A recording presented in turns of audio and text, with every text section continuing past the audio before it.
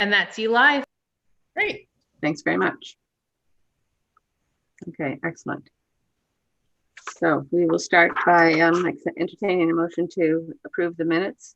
First, I'd like to make an amendment. Can everybody hear me? Yeah.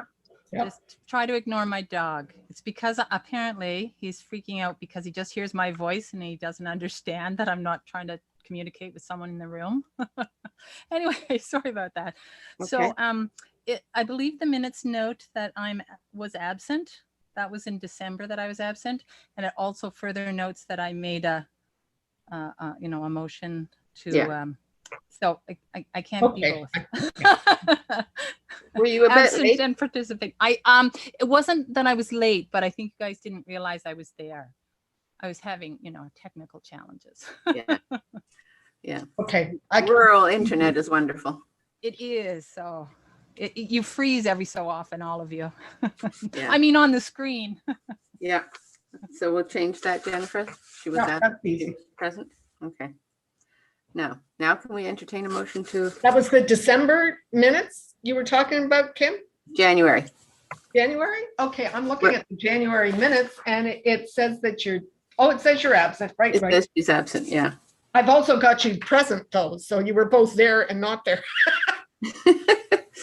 Okay. Okay, but with that amendment, Okay. Yeah. Now- With that amendment, I move to approve the minutes. Okay. Second, anybody?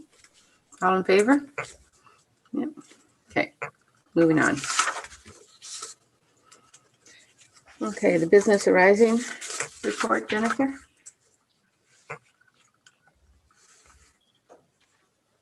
all right. So reporting from coming out of last month, we've notified that we're going to waive fines for the balance of 2021 in all our social media and on our website. So that information is out there. I have talked to the painting donor and she's very happy, but we're not going to do the transfer until, well, I guess we can start working on the transfer now because at some point soon we're going to reopen our doors to the public, but we've basically had it on hold. I mean, there's no rush until such time as it's access into the building is a bit easier, but that will come up for discussion later in the meeting. The township treasurer has set up an account for securities with BMO.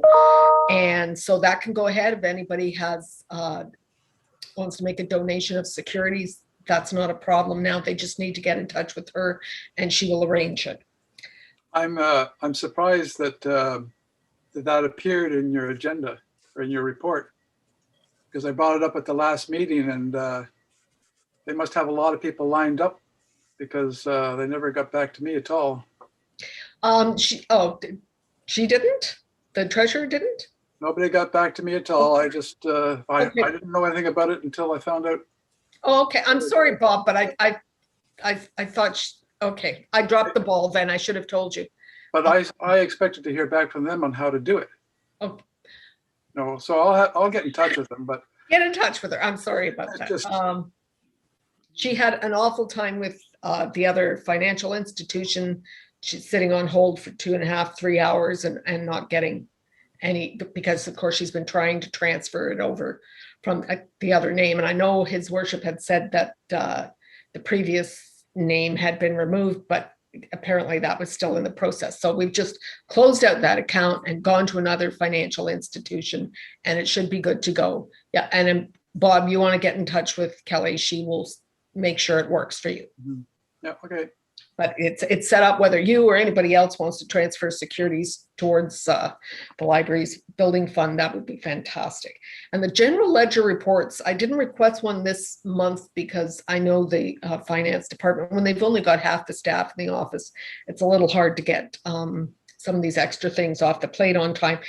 But I'm wondering if we should go back to looking at it quarterly, and then I would have time to review it in depth before you received it, so that if you had questions, I'd be able, or at least a little more able to answer them articulately rather than just having to take them back to the treasurer. I didn't know we weren't on quarterly. We were trying to do it monthly at one point, and that's just, It's not working. By the time I request it and they get it to me, the board meeting's already passed. And but if we're doing it quarterly, I think it would be easier for them to schedule it and for me to have time to go through it. I personally, I don't have any problem with that, especially at this point in time. Yeah, exactly. Okay. Do Okay. we That's, don't need to make a motion. That's a. no, you just tell me what to Operational do thing. and I'll do it. Okay, go ahead then, Jen. I'm okay with that. Is everybody else okay with that? Yeah, okay, Okay. good. Okay, on to your report, Jen. Okay, and okay, the CEO's report, I have got the I'm working on the annual report to council. Instead of doing it as individual departments in the library, we've decided this year to do it as one report. It's still going to be long, but it won't be as maybe tedious for council to read. And we're giving the material to the marketing and communications coordinator at the township, and she's going to jazz it up for us so that it will not only be informative for council, but it will be attractive and informative for the public.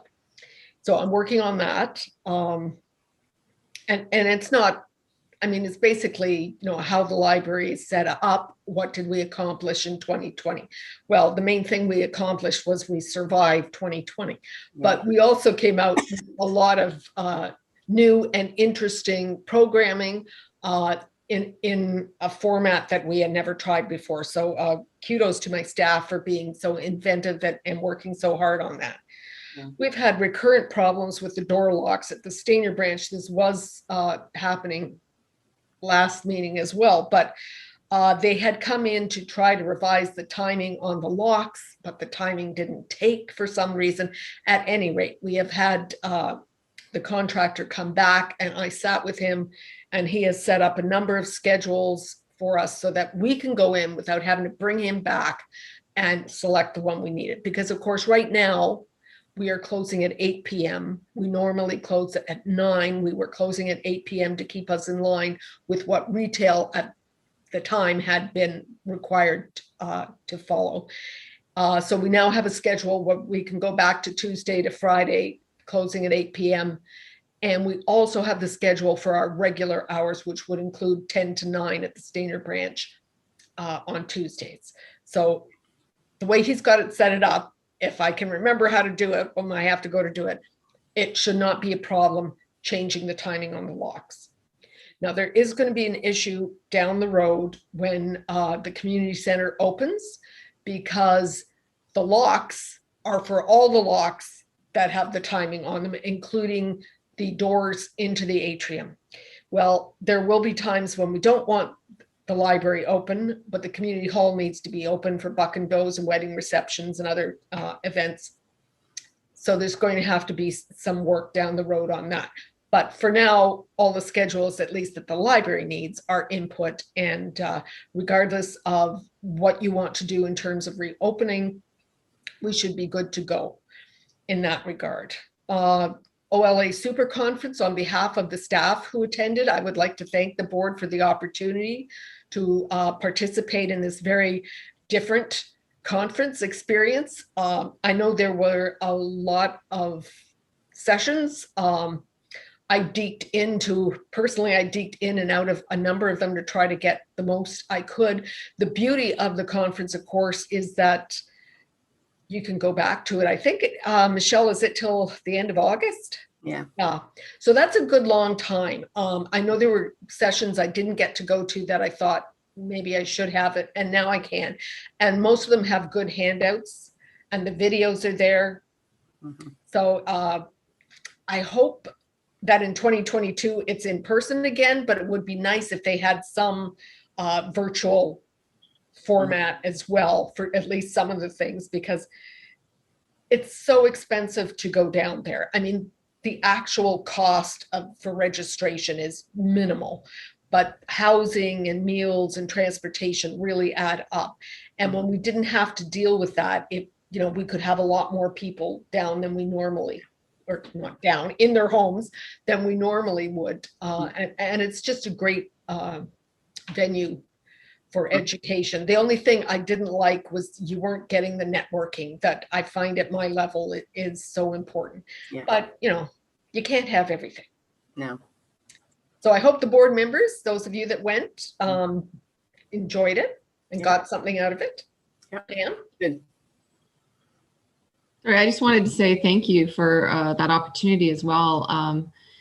I didn't get to go to as many sessions as I wanted to at the time it was happening because school all of a sudden reopened and Right. things got a little crazy at school. But I really, like, even today at the end of the day, I went into a session and that had, you know, they're recorded, they're there, and I can go back, and I really appreciate that. Like, it's Yeah.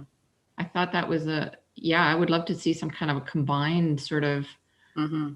version next year, because that was, I think that opens it up to a lot more people. Yeah. And then you can see them for when you can have all the opportunity to sit down. And so anyway, thank you for that opportunity. I really appreciated it. Yeah. I think if they had, especially the Saturday boot camp for trustees in a virtual format, that would allow more trustees to attend, because usually it's just the one day for trustees or dedicated to the trustees. So it's nice to have that virtual. Yes. There is a survey from OLA, and so I would encourage you to fill that out. Mhm. Those of you that attended, and put that in your comments, because who knows what 2022 January is going to look like, right? But yeah, I think there were some negatives to the virtual format, but it was the first year they ever tried it. But there were certainly some positives. Yeah. And I think they need to hear that as much as any problems we may have had. Yeah. And a lot of the panelists who were attending from rural areas had a lot of internet problems. Yes. But- But we got people from rural, we got many people as panelists who wouldn't have been there because there's no way their municipalities and their boards would have been able to finance the cost. Right. So there's a trade-off. Yep. In terms of staff education, I can tell you that I've got 2 staff who are working on Southern Ontario Library Services XL Small Library Management Certificate Program. This program, my understanding is, will continue when the 2 boards amalgamate April 1st. So it's not like, you know, things are going down the tubes, we're not going to get anything out of it. We certainly are. I've also got a staff member who's working on her library and information technician diploma. We don't fund everything in there. There are, you know, limits to what but I want you to know what they're pursuing in terms of education. I am scheduling some of the staff for some more online SOLS courses. There's nothing currently virtual that's available, but there are some other courses. I'm also looking at the Librarian's Guide to Homelessness. We did have Glenda Boudreau go and take that program, but for under $400 US, I can sign everybody up in the library. And unfortunately, we are seeing more and more homeless people coming into our branches. And I think it would be a good idea to have this training. Glenda certainly found it useful, and she suggested that if we had the funding, she would highly recommend that all staff be able to participate in that. So we're certainly looking at some training opportunities there. I'm hoping that after SOLS and OLS North amalgamate on April 1st, that in the next few months after that, we'll see some more educational opportunities roll out. This last year, we saw a lot of workshops that were virtual, but they were live. And we haven't seen anything set up for that yet because they've got too much on their plate at this time. And I understand that. Right. But hopefully, you know, in the late spring, we'll start to see some more things of this nature come out. Now, I did include in your package a letter addressed to the chair about the Ontario Library Service Board Assembly appointments. In the past, the 2 separate Crown Agency board were governed by boards that were appointed by the province. Some of the positions were province appointments in terms of they selected who would be in there, and others you applied to the province and had your name put in there. My understanding of the new format is that there are going to be a number of boards of assembly, and that each board of assembly will then select one person to sit on the governing board. we fit into the board assembly for 10,000 to 19,999 in population. And we need to select someone from our board to be our representative on the board assembly. This will be virtual, and I think it will be virtual going on into forever, because it will be for all of Ontario for library systems in that population group. And there's no way that they're going to pay for you to travel. I got to tell you that. But that's a good thing, because that means, you know, you can do it from the comfort of your home. It'll probably still be on Saturdays. And you can participate with your peers rather than, you know, when we used to participate in the area councils. You know, you went from everybody from small libraries like Severn right up to, you know, something the size of Innisfil or Bradford, West Gwillimbury. And while there's similarities, there are a lot of dissimilarities. I think you'd gain a lot from meeting with board members in boards of a similar size. Right. And there might still be a lot of dissimilarities, but it would be more interesting to hear about their dissimilarities, right? Because maybe we can change a few things. So, Madam Chair, did you? I just wondered if anybody wanted to accept that position, or do we want to ask somebody who's not attending?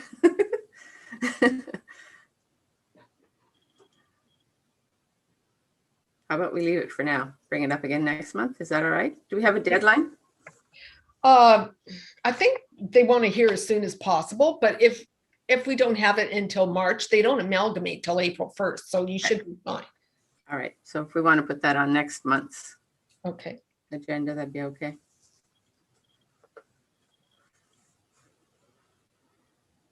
Now, I did complete the Public Library Operating Pay Equity Grant application for 2019-2020. What we were waiting on was the audited financial statements for 2019. That was the only thing I needed to submit. And of course, the township has not received them yet from the auditor, but the ministry was pressing us to get it in. So they will accept the FIR, which I have no idea what that stands for, financial something or other. Anyways, the township treasurer did get that completed about 2 weeks ago. So I submitted that in the place of the audited financial statements, and our application for the grant, for which we already received, is complete. I will shortly be working on the annual survey for 2020, which is a condition. It has to be complete to do the grant for 2020, 2021. So it's easier to do when I'm in the building. This week is my week at home, working from home. And so I'll start working on that next week. When we look at the strategic plan review. Before you go on, you had something there about the roof and Stainer. Oh, right.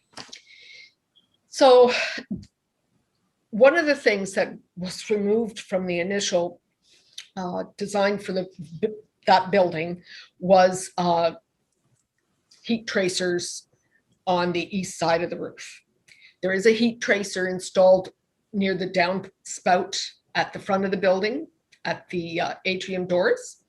It hasn't been working, so the engineers and the architect and Terry Vachon, who's the general manager for Parks, Recreation and Culture, are working on figuring out why that's not working, but it will be some small technical thing that they can get going.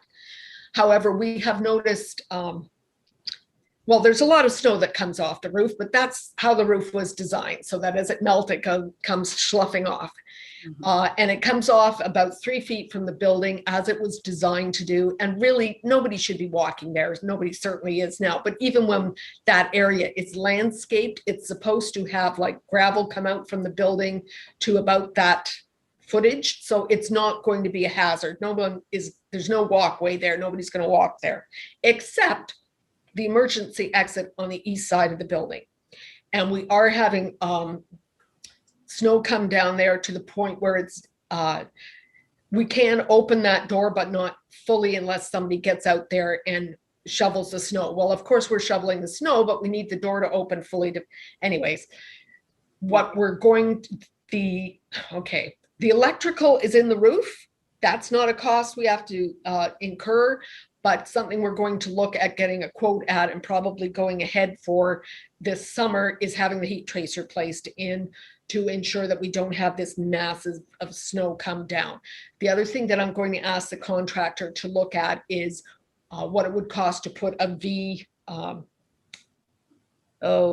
V-shaped snow guard up there so that the snow will come down on either side of the door and not over the door. And these are just, Steve Sage was right when he was CAO. He said, let's not put it in this year. Let's see what the winter is like. The electrical is there for the heat tracer. It's not going to be a humongous expense. And we've seen this winter has been a little bit unusual with the cold and then the heat and then the cold. But I think it makes sense. You don't want an emergency exit that can't be properly used. Yeah. So when I get that information, and of course, I'm not pushing the contractor at this point because there's nothing he can do in the winter. We have to wait until the snow is all gone and isn't coming back. But I will get that information to you before the summer break in our meetings, and hopefully we can get that installed before September. So the heater that we're looking to deal with is just that panel over the east door. Is that what we're looking at? Yeah. And is that an automatic? Does that come on automatically, or is that something we have to run? I think we program it. Right? It's not in the old Stainer building. There was a switch, but yeah. It will tie in with the one that's already working or should be working soon by the atrium door. So all the electricals in, it's all pre-programmed. It just needs the actual heat tracer put in up there and connected to the electrical. Okay. Going forward with the strategic plan review, of course, we've moved into the new Stainer branch. I think once that we are fully open to the public in that there's no more pandemic, you can stay as long as you like, you can have as many people in the building as the fire code allows. We may do some additional things in terms of transitioning, but right now that's pretty static. You're not going to see much for that goal at this time. In terms of accessibility, I noticed when I was working with the contractor to work on the door alarm system, all that information and equipment is in our electrical room in the library. And because the township's alarms or doors that are alarmed are also on the same system, it runs on the internet feed coming in. That's the township's, not the one that is the library. So there is a small computer in that electrical room on a good, accessible, secure shelf, but the monitor and the keyboard are sitting on a recycling bin.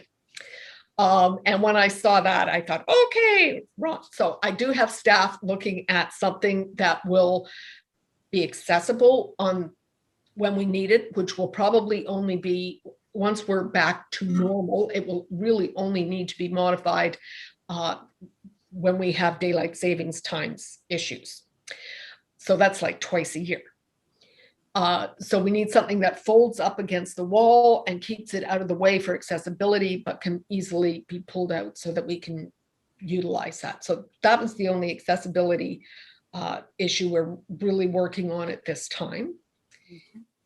Organizational review and update. I have almost completed amalgamating our employee policy with the township's varied and many personnel policies.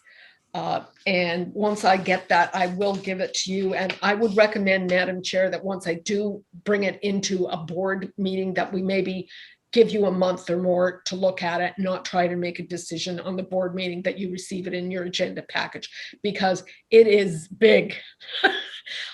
And you're going to want some time to look through it. And I would encourage you, when I do give it to you, to ask me questions before the meeting. If you're reading something and it doesn't make sense to you, because I've read it so many times, it might make sense to me, but it doesn't mean that that's the way it's actually printed out or written. And the other thing is, you know, you may say, why is this like that? It just makes, ask me the questions in advance and I'll be prepared. I can talk to you before, or I can talk to you during the meeting, but it will just, if I know what you're going to ask, I can be better prepared to answer. But that should be coming up pretty soon. I've only got a couple more things to add in there. I have talked to the township HR manager for a guesstimate of when she could train us on Sprig, because that's where we're going with our performance reviews. Right. And I haven't heard back from her yet. I know she's been really busy. I understand that we should be getting a new CAO by mid to late March, so that should take some work off her plate. However, I can tell you that the township clerk has just announced today that she has accepted another position. So the HR manager is going to have a lot more work on her plate for that. But as soon as I get possible dates from her, I will let you know. We're all interested in this training. And certainly I'll begin asking her again in March. But I recognize that between the major senior staffing issues and COVID, she is the township's and our COVID compliance officer, which is a requirement from the province that the municipality select someone to do that. So she does have a lot more on her plate than she normally would. Yeah. Okay, space development modernization goal. You know that we've incorporated a lot of new technology into what we're doing. And this has been technology, including Zoom, which you're all very familiar with now, that we didn't know anything about prior to, you know, the pandemic coming. But we are using it to do a number of our programs. We're using Kahoot, which I'm not familiar with, but thank God my staff are, to do a new kids program. We may be using it to do our Girls Who Code program at some point. And the library does have its own Zoom account. It's not as fancy as the townships, which is why we're on the townships right now, because our account does not allow you to live stream.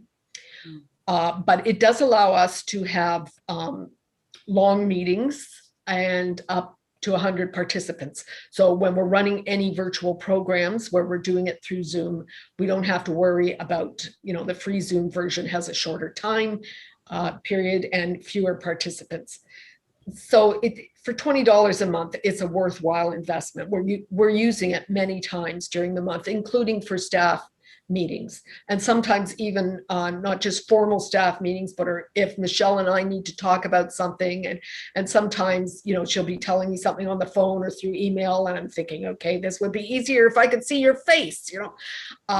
So it's really useful that way. You can, there's a lot of body language you lose when you're not looking at someone. Bob, you had said this that a while ago, that you'd be happy to get back to in-person meetings because you don't get it all when we're so disassociated. So Zoom isn't perfect, but it's certainly better than trying to communicate on the phone or through email. I don't have anything to report to you on greening the library because it's so white right now. Hopefully in the spring, we'll have things to talk about in terms of the landscaping. And I would suggest that although the landscaping is a township issue and it's coming out of Parks and Rec's budget, that maybe the board consider appointing someone to, besides just myself, but someone specifically from the board to participate in discussions, shall we say, with the whole design and planning of the landscape. And I think Connie would be an excellent person. What do you say? No. No, I wasn't volunteering me. I was actually going to suggest that Kimberly would be the perfect person because she knows plants and she knows trees and she knows shrubs so well. Anyway, and she and I were talking about it before. I don't know whether she's still interested or not. I am still interested. My only concern is that, you know, as you have noticed, my technological challenges here are sometimes overwhelm me, but I can, you know, I can do my best. Well, I don't think that would be great, Kim. I don't think it's going to be a formal thing. There aren't going to be specific meetings that you'd be invited to, but if you received the information and could comment on it, whether through a virtual form or even, you know, participating in emails back and forth with the Parks and Rec and Culture Department, and who, you know, just to make sure that the library board has a voice.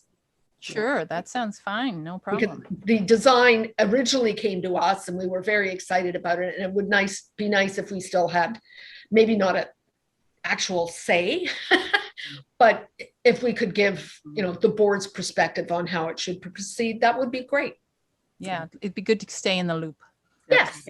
Yeah. And, Well, and to we just did have me there, then it's just two department heads. I think it really needs a board person to, you know, give that governance flavor to it. Connie? We did have a really good design for the garden, and I think that if the staff was smart, they would just follow that design, because there's reasons why the architect did what he did. And you mentioned it today with the stones close to the building where the snow comes off and it just drains out. Now that's really important, because if you start putting hardscape there, then it's not going to drain anywhere except back into the building. Yeah, Probably. Connie, I think the intent is to keep as close to the architect's original design as possible, but maybe there'll have to be some modifications. And wouldn't it be nice if somebody on the board heard about that before suddenly you see it?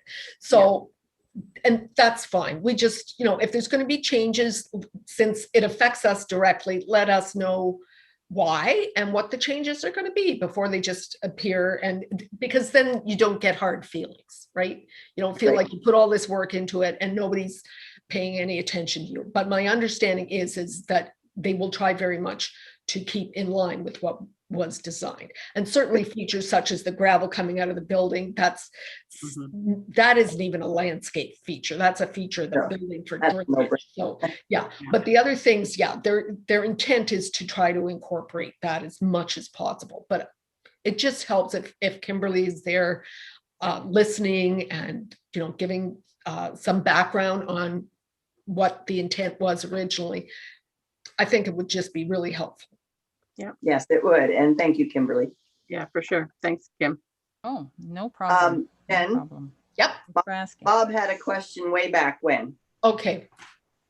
Okay, I was going to wait till you finished your report, but you were saying that you were going to provide the chair with a copy of the alignment of our employees to the townships. I'm going to give it to all of you, Bob. It'll be part of the next board, hopefully part of the March meeting board agenda, unless some COVID shit hits the fan and I'm consumed with other issues. But yeah, you would all get that. Okay, that's great. Thank you.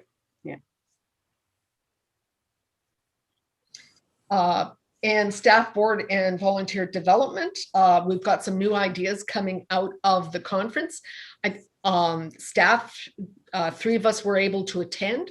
Most of what I attended was more governance and legislative, less programming. I know Michelle came back very excited, and I kind of put the brakes on her and Elaine because our immediate, well, that's what I normally do anyways, because that's my personality. But my main reason to do that right now is, as of today, the province is letting us do a bunch of things differently than we were doing when we were in lockdown. And I think some of our energy over the next 4 weeks needs to be focused specifically on that, which really, I don't have anything written down because, of course, we didn't know what it was going to be when I was writing this up last week.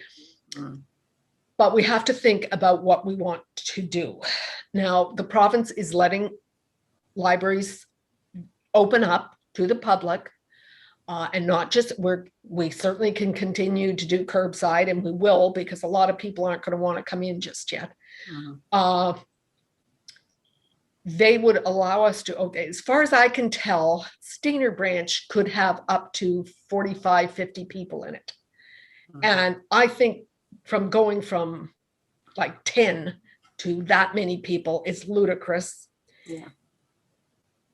Which is just my own personal opinion, but I can tell you as the CEO that I do not have sufficient staff in that building at any time to be able to monitor that number of members of the public to ensure that they are keeping socially distant and complying with other guidelines and protocols that the province says we have to ensure are being followed in order for them to allow us to reopen. So even if they are saying we can reopen to those numbers, I am telling you that we don't have the staffing to follow the other protocols that the province is saying we need to ensure are there.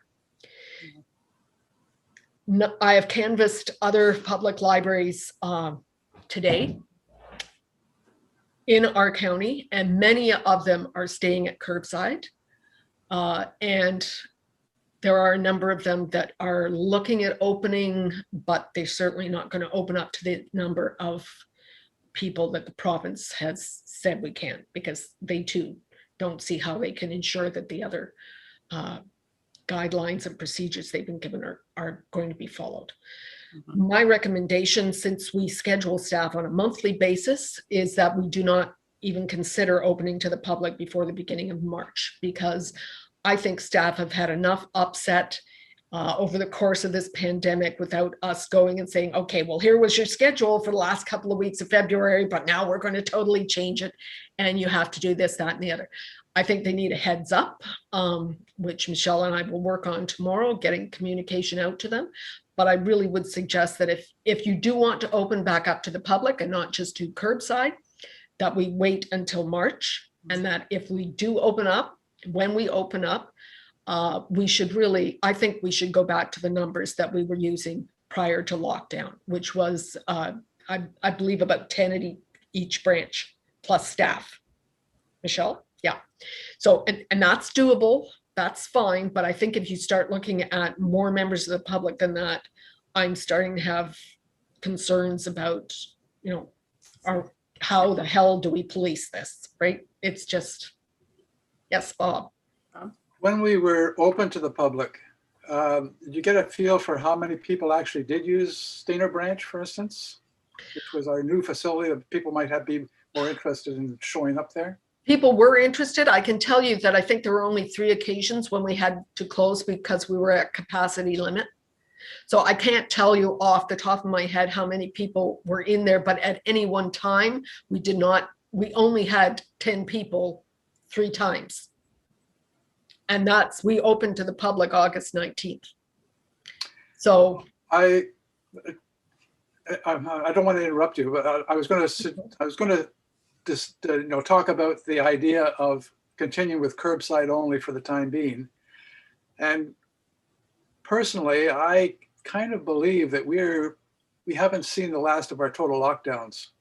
The way things are going right now looks good, but we have a couple of new variants of the virus that are starting to make their appearance in Ontario. And from what I understand, it's shown up in Collingwood at an apartment building in Collingwood.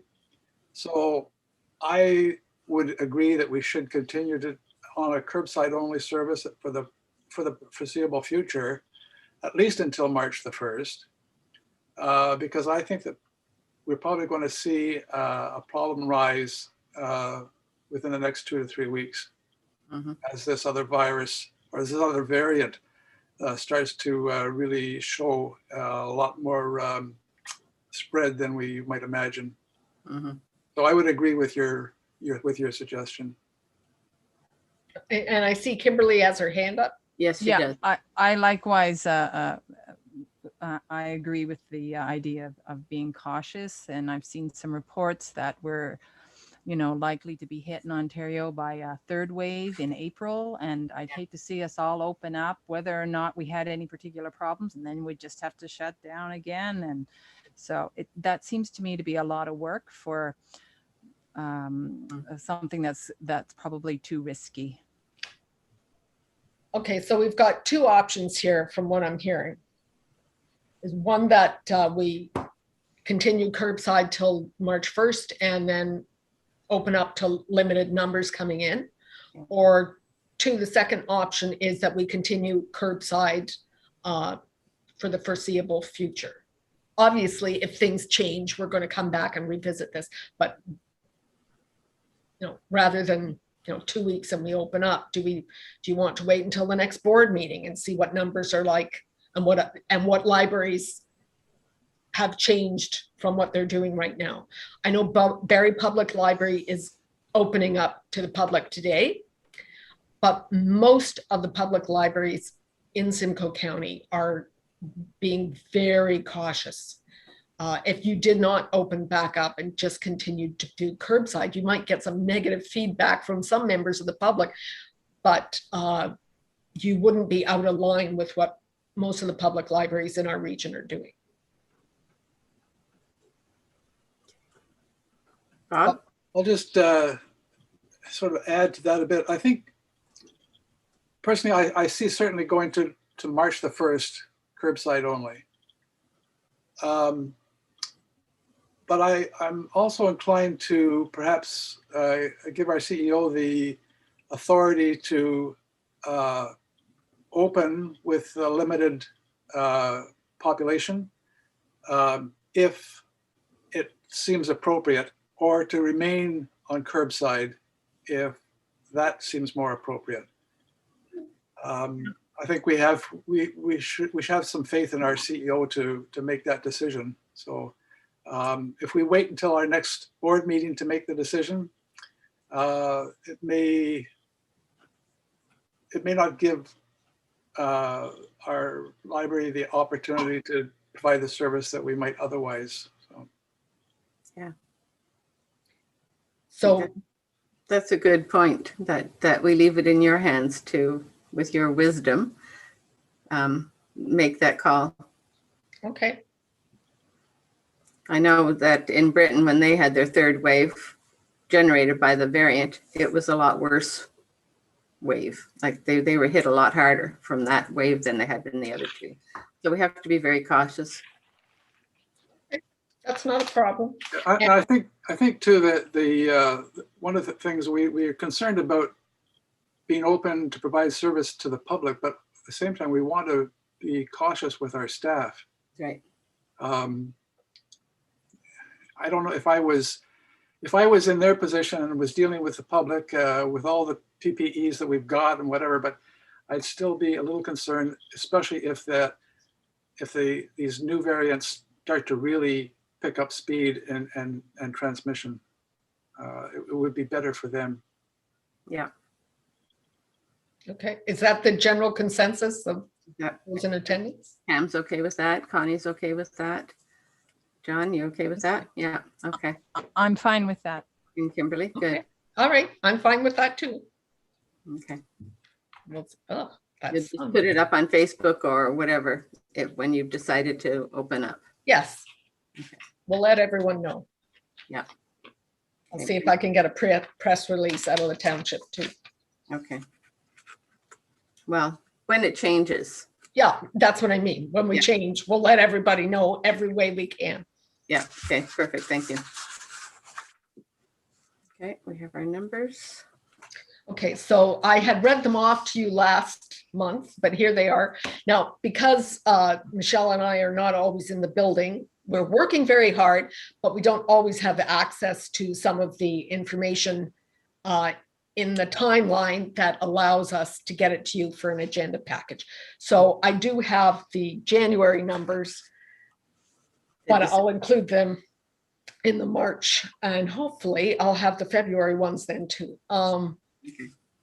There's not much going on because we're not taking in any funds. We did get $100 donation towards building last month, but other than that, the only money that we're seeing go into those accounts is interest, and there's nothing coming out. Okay. So yeah, that sometimes you're not going to get things as timely as normal because we're working more than 35 hours a week, but not necessarily in the branch. Right. And that's probably going to continue for a while. I know that we had our emergency control group meeting just before this meeting for the township. And the consensus was that we continue to work in teams, which in our cases, our full-time staff are in teams until maybe the end of March, or to see what the new CAO, how they feel about it. One of the reasons that we're doing this is to go to Bob's point to ensure that our staff are as safe as possible. Our circulation staff can't work from home. The nature of what they do means they have to be in the branch. So if there's less of the full-time staff in the branch, and because we can't all work from home now, we have access to workflows in our homes. That was a real hurdle with the county, but we managed to get over that. So I was in there today dealing with someone's access issue to online resources. And we can do that from home. So it's not that we're not productive. We certainly are. And I would say that for much of our virtual programming, we can't do it in the branch anyways. There's too much background noise. And when we do open to the public, there will be a lot more background noise. So, you know, even if you were scheduled to be in, you might not be able to be in all the hours that you need to work. But we are filling out work logs so that every week at the end of the week, my staff give me their work logs if they've been working from home, and I can see exactly what they've accomplished. So I'm on top of that. And this is something that the entire township is doing, not just our department. So the whole form and how they would do it and everything is a consensus format that's the same throughout the township. So I think it's a good way of ensuring that people are productive. It helps the employees ensure that they're getting things done in an efficient and timely manner. And it's a check for us to make sure that, you know, yes, we're allowing you to work from home and you are actually working from home, right? Okay. Is there any other new business that someone would like to bring up? Sorry, Jennifer, were you finished? No, that's it. Go ahead. I was just looking at the library stats information for December. I was surprised to see such a high number, considering the problems that we've had, you know, with the branch openings, etc. It must be to some extent, I guess, driven by the fact that people are not doing anything outside, so they're picking up more books and more activities, etc. Is that your read on it, Jennifer? Yeah, and we've had a number of people who were lapsed in our system, because if you haven't come in and done anything for the last 2 years, you've got a library card, you think it's still good. Well, you need to occasionally come in and check something out, or else it will time out. So we've had lots of people phone and say, oh my God, I can't get in and get an ebook. So we've, you know, extended their privilege another 2 years. And yeah, so people who haven't used us for a while are coming back and saying, why can't I use you? So we're making sure that they can. But yes, people are bored out of their minds and they're rediscovering libraries. So it's a good thing. Yeah. It's a good thing and a bad time. Yeah, well, there's got to be a silver lining in every cloud. Any other new business that someone would like to bring forward? It's not really new business. It's kind of, well, it's I guess it is new business. There was a memo came out, Jennifer, you sent out a little news bleep saying that there was going to be a $4.8 million fund set up to upgrade broadband in some libraries. Yeah. I was just wondering, would that, we have, I guess, as upgraded as we're going to get in Stayner, but would New Lowell or Creemore No. take advantage of that? We all have the same speed internet. But we're all connected to the townships. Okay. We're connected to the county. The county, yeah. To the town, yeah. So it's the Simcoe County Area Network, which is administered by the county. And we have as high a speed of internet as the hospitals and the school boards. Now, so when this came out, it's important that you know what's going on, because this is a real issue in Ontario, in public libraries in Ontario, especially, I love the Sun, but not this much, in smaller public libraries.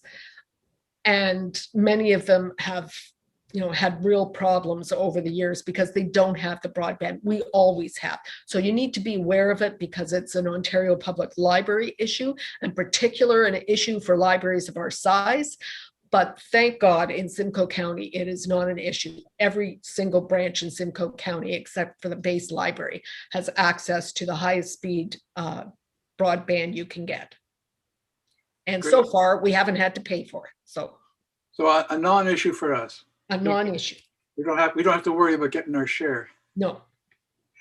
And I have one other question. I know when we set up originally the fundraising, that we allowed people to pledge funds over a period of time. I don't know how many of those we might have on the books, but I was wondering if whatever we have, are they up to date? You mean, are they up to date with their pledges? Yeah. I would, okay, I wish my books were right here. Not all of them are, but we didn't get that many pledges to begin with. Most people just gave us the money. So I think in total, we had less than 10 pledges over a more than one period of one calendar year. Mhm. And I think maybe 3 or 4 of those have not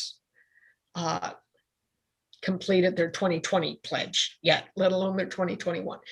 But let me go back and when I'm in next week, I will go through that and maybe I can just give them a friendly call. You know, sometimes when something like a pandemic is in your face, you forget about your pledges and they may say, you know, I can't do it, right? Mhm. Or they may say, I forgot. And that's okay. But yeah, I can look into that, Bob. That's not, but there really aren't that many. And most of the large amounts of money that we received weren't pledges. Okay. All right. It's good. Thank you. Okay, anybody else? No, anything else, Jennifer? I don't have anything else, Madam Chair. Okay, then I will ask somebody to make a motion to adjourn. I so move. It's Kimberly. Kim? And I guess we don't need a seconder for an We don't adjournment. need a second, actually. Yeah. No. Okay, so we'll see everybody next month on March 16th. Great. Thank you very Yeah. much. Stay safe, everyone. Bye, everybody. Yeah, be safe. Yeah. Bye-bye. Yeah, stay good. Yeah.